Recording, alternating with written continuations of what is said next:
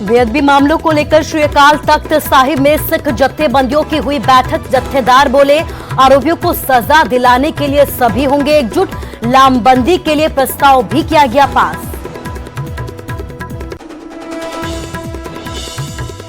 बतौर अध्यक्ष नवजोत सिंह सिद्धू की पहली बैठक। 4 वर्किंग प्रेसिडेंट और विंग पदाधिकारियों से हो रही है मुलाकात। पार्टी के ढांचे को मजबूत करने पर चर्चा।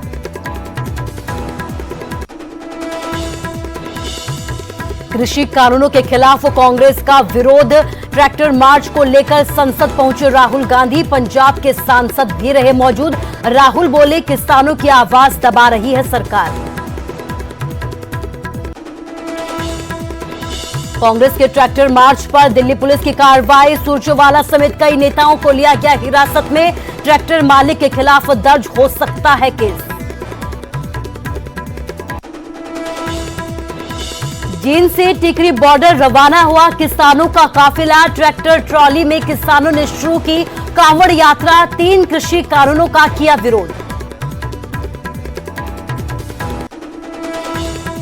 हरियाणा में खेल ग्रेडेशन सर्टिफिकेट में बड़े स्तर पर फर्जीवाड़ा। करीब 2500 सर्टिफिकेट मिले फर्जी। सरकारी नौकरी पाने वालों पर गाज गिरना तय। सीएम को भेजी गई रिपोर्ट। कारगिल विजय दिवस के आज 22 साल पूरे। नेशनल वॉर मेमोरियल पर शहीदों को दी गई श्रद्धांजलि। पीएम स्पीकर राहुल गांधी ने ट्वीट कर बलिदान को किया याद।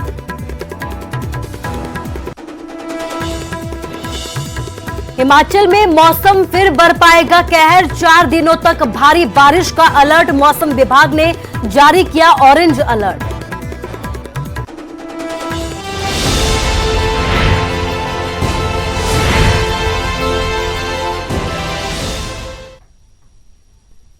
नमस्कार, स्वागत है आपका न्यूज 18 पंजाब हरियाणा हिमाचल में। मैं हूं आपके साथ कुसुम रावत।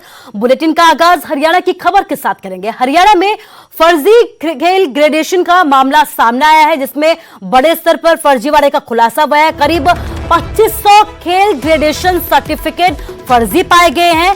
खेल ग्रेडेशन सर्टिफिकेट में बड़े स्तर पर यहां पर फर्जीवाड़े का खुलासा किया गया है। 2018 से 2021 तक करीब 5700 सर्टिफिकेट जारी किए गए हैं। फर्जी सर्टिफिकेट के आधार पर सरकारी नौकरी दी गई है। सरकारी नौकरी पाने वालों पर अब गाज गिरना तय बताया जा रहा है। खेल मंत्री ने सीएम मनोहर लाल को इसके संबंध में एक रिपोर्ट भी भेजी है। रिपोर्ट के आधार पर सीएम फैसला लेंगे। संदीप सिंह की तरफ से यह बयान सामने आया है। उच्च स्तर की जांच के सीएम को रिपोर्ट भेजी गई है। खेल निदेशक की तरफ से यह जानकारी साझा की गई है न्यूज 18 के साथ। तो बड़े फर्जीवाड़े का खुलासा हरियाणा में हुआ है। खेल को लेकर यह फर्जीवाड़ा किया गया है। करीब 2500 खेल ग्रेडेशन सर्टिफिकेट फर्जी पाए गए हैं। खेल ग्रेडेशन सर्टिफिकेट में बड़े स्तर पर फर्जीवाड़े को लेकर अब खेल मंत्री का कहना है कि इसको लेकर रिपोर्ट भेज दी गई है और जल्द ही इस संबंध में जांच शुरू कर दी जाएगी।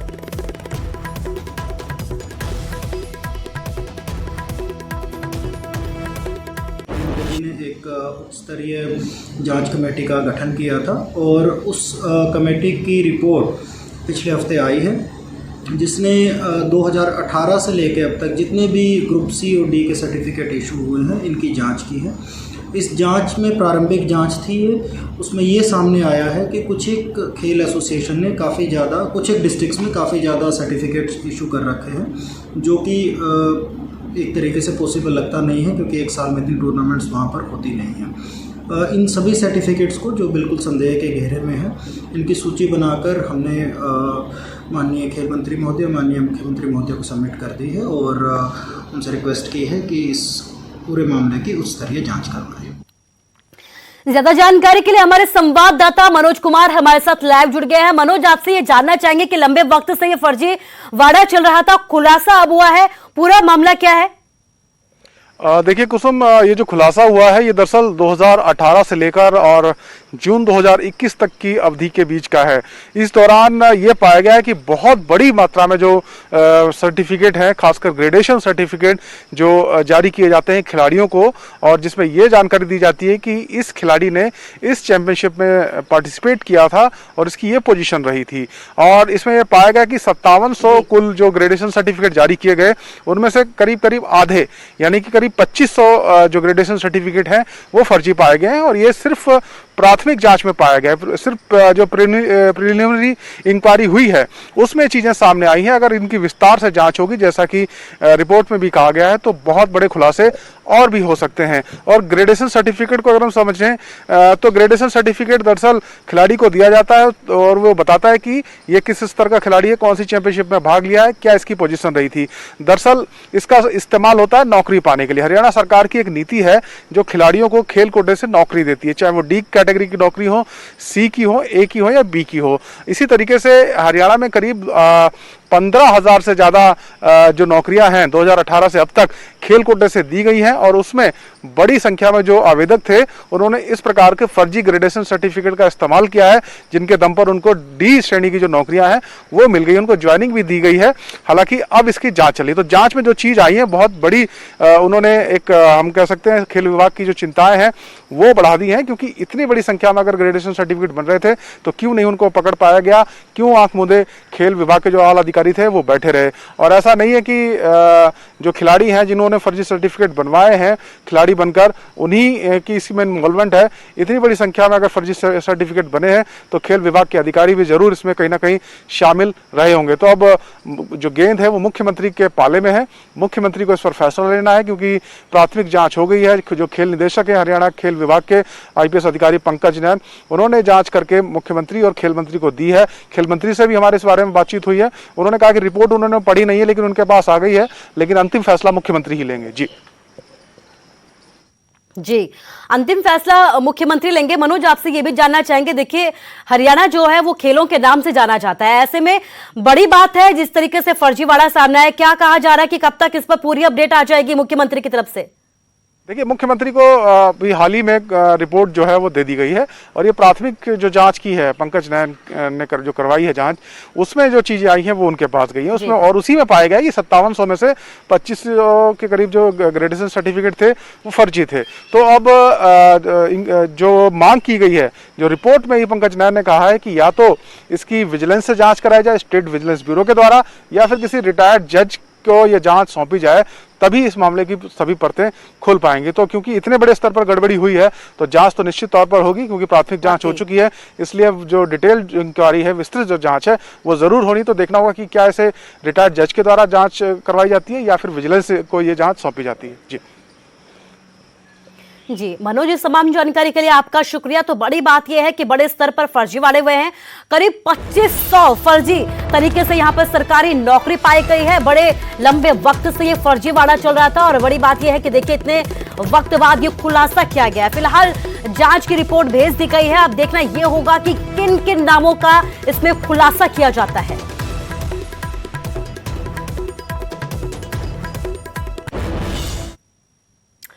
बात अगली बड़ी खबर की करते हैं। ट्रैक्टर मार्च को लेकर दिल्ली पुलिस ने कार्रवाई की है। हिरासत में लिए गए हैं कांग्रेस के नेता रणदीप सुरजेवाला, BV श्रीनिवास को भी हिरासत में लिया गया है। सभी को मंदिर मार्ग से थाने ले जाया गया है। हम गिरफ्तारी और हथकड़ियों से डरने वाले नहीं है, ये कहना है रणदीप सुरजेवाला का। कांग्रेस के नेता है, राष्ट्रीय प्रवक्ता है, और 3 कृषि कानूनों का विरोध कर रहे थे। सरकार किसानों की आवाज को दबाना चाहती है। सुरजेवाला की तरफ से यह बयान सामने आया है, जिन्हें हिरासत में ले लिया गया है। तो आज 3 कृषि कानूनों के लेकर कांग्रेस की तरफ से भी हल्ला बोला गया है, आवाज बुलंद की गई है, और इसी को लेकर कांग्रेसी नेताओं को हिरासत में लिया गया है। दिल्ली पुलिस ने कार्रवाई की है। कांग्रेस नेता रणदीप सुरजेवाला को हिरासत में लिया है, BV श्रीनिवास को भी हिरासत में लिया गया है। सभी को मंदिर मार्ग के जरिए थाने ले जाया गया है, जिसके बाद रणदीप सुरजेवाला ने कहा कि हम किसी भी गिरफ्तारी से न डरेंगे, न हथकड़ियों से डरेंगे। 3 कृषि कानूनों का विरोध किया है और करते रहेंगे। वापस लो, वापस लो, होश में आओ, होश में आओ, नरेंद्र मोदी होश में आओ, होश में आओ, होश में आओ, नरेंद्र मोदी होश में आओ। इस देश का किसान अपने अस्तित्व की लड़ाई लड़ रहा है। अन्नदाता धरती पुत्र इस समय अगली फसल और अगली नस्ल की लड़ाई लड़ रहा है। 62 करोड़ किसान आंदोलनरत है। 8 महीने हो गए, 1000 के करीब किसान कुर्बानी दे चुके। ये मोदी जी की अहंकारी सरकार पसीजती क्यों नहीं? राहुल गांधी जी ने किसान की आवाज को संसद से सड़क तक बुलंद करने के लिए आज किसान के ट्रैक्टर को संसद के पटल तक ले जाकर अहंकारी सरकार को झकझोरने का प्रयास किया है। हम ये कहना चाहते हैं कि हे सोई हुई सरकार, हे उद्योगपतियों को बिकी सरकार, हे खेती को 3 उद्योगपतियों को बेच देने वाली सरकार, जागो, क्योंकि देश का अन्नदाता किसान और खेत मजदूर जाग गया है, वो ये सहेगा नहीं। तो 3 कृषि कानून के विरोध में आज कांग्रेस ने सड़क से संसद तक प्रदर्शन किया है। इस दौरान कांग्रेस नेता राहुल गांधी किसान आंदोलन के समर्थन में ट्रैक्टर चलाकर संसद भवन तक पहुंचे। राहुल गांधी के साथ ट्रैक्टर पर रणदीप सुरजेवाला, बीवी श्रीनिवास और दीपेंद्र हुड्डा समेत कई कांग्रेसी नेता नजर आए। प्रदर्शन के दौरान सुरजेवाला और श्रीनिवास को पुलिस ने हिरासत में ले लिया, जिसके बाद सुरजेवाला ने पुरजोर तरीके से सरकार पर निशाने साधे।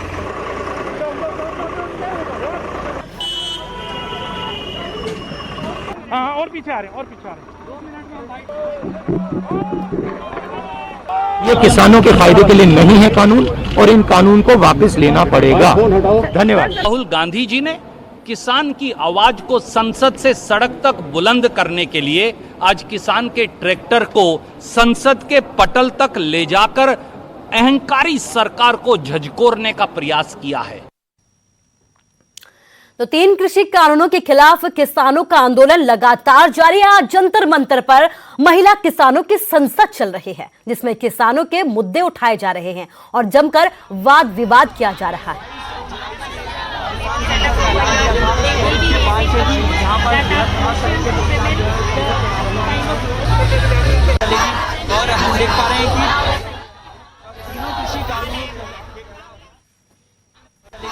और हम देख पा रहे हैं कि तीनों कृषि कानूनों के खिलाफ 22 जुलाई से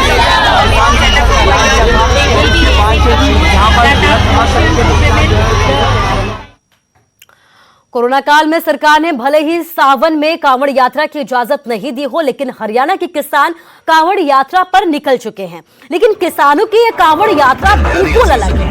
मकसद 3 कृषि कानूनों को रद्द करवाना है, लिहाजा खेत की मिट्टी और जल लेकर जींद जिले से किसान ट्रैक्टर ट्रॉली लेकर टिकरी बॉर्डर के लिए रवाना हो गए। किसानों के साथ साथ उनके परिवार के सदस्य भी इस कांवड़ यात्रा का हिस्सा बने। किसानों के मुताबिक हर बार कांवड़ लेने के लिए हरिद्वार जाते थे, लेकिन इस बार अन्नदाता दिल्ली की सीमाओं पर बैठे हैं, इसलिए गांव की मिट्टी और खेत का पानी लेकर दिल्ली की सीमाओं पर जा रहे हैं। ट्रैक्टर ट्रॉली में 50 से ज्यादा युवा और बुजुर्ग कांवड़ लेकर दिल्ली के लिए निकले, ताकि केंद्र सरकार पर दबाव बनाया जा सके और 3 कृषि कानूनों को रद्द किया जा सके।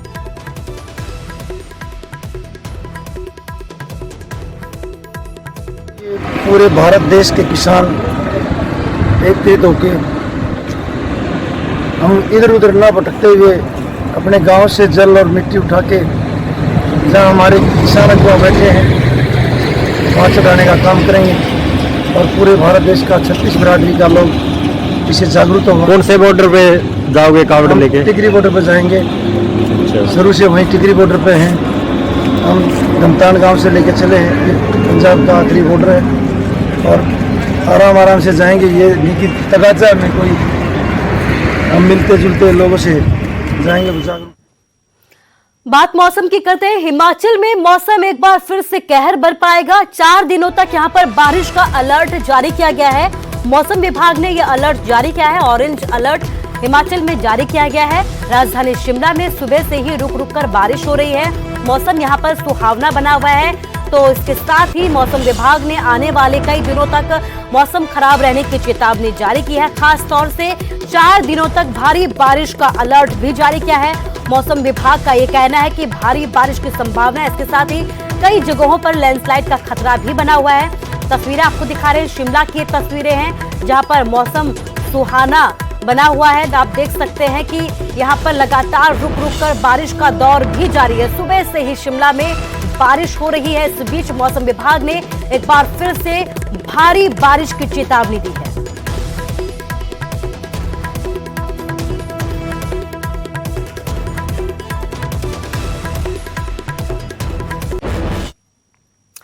तो मॉनसून में अब तक हिमाचल में 196 लोगों की मौत हो गई है। 401 करोड़ रुपए का नुकसान हुआ है। 381 पशुओं की मौत हो गई है। बारिश से प्रदेश में 32 संपर्क मार्ग और एक नेशनल हाईवे बंद है। बिजली को भी खासा नुकसान पहुंचा है। 55 ट्रांसफार्मर ठप हो गए हैं। तो बारिश की वजह से अब तक हिमाचल को करोड़ों का नुकसान हो चुका है। खास बात यह है कि जनहानि भी हुई है। 196 लोगों की मौत हुई है। 401 करोड़ रुपए का नुकसान हुआ है। 381 बेजुबानों की भी मौत हुई है, पशुओं की मौत हुई है।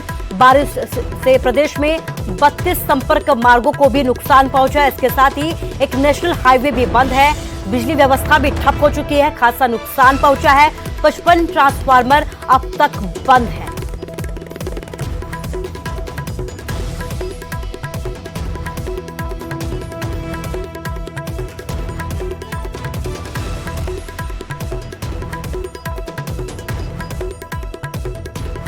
और फिलहाल यहाँ रुकेंगे एक छोटे से ब्रेक के लिए।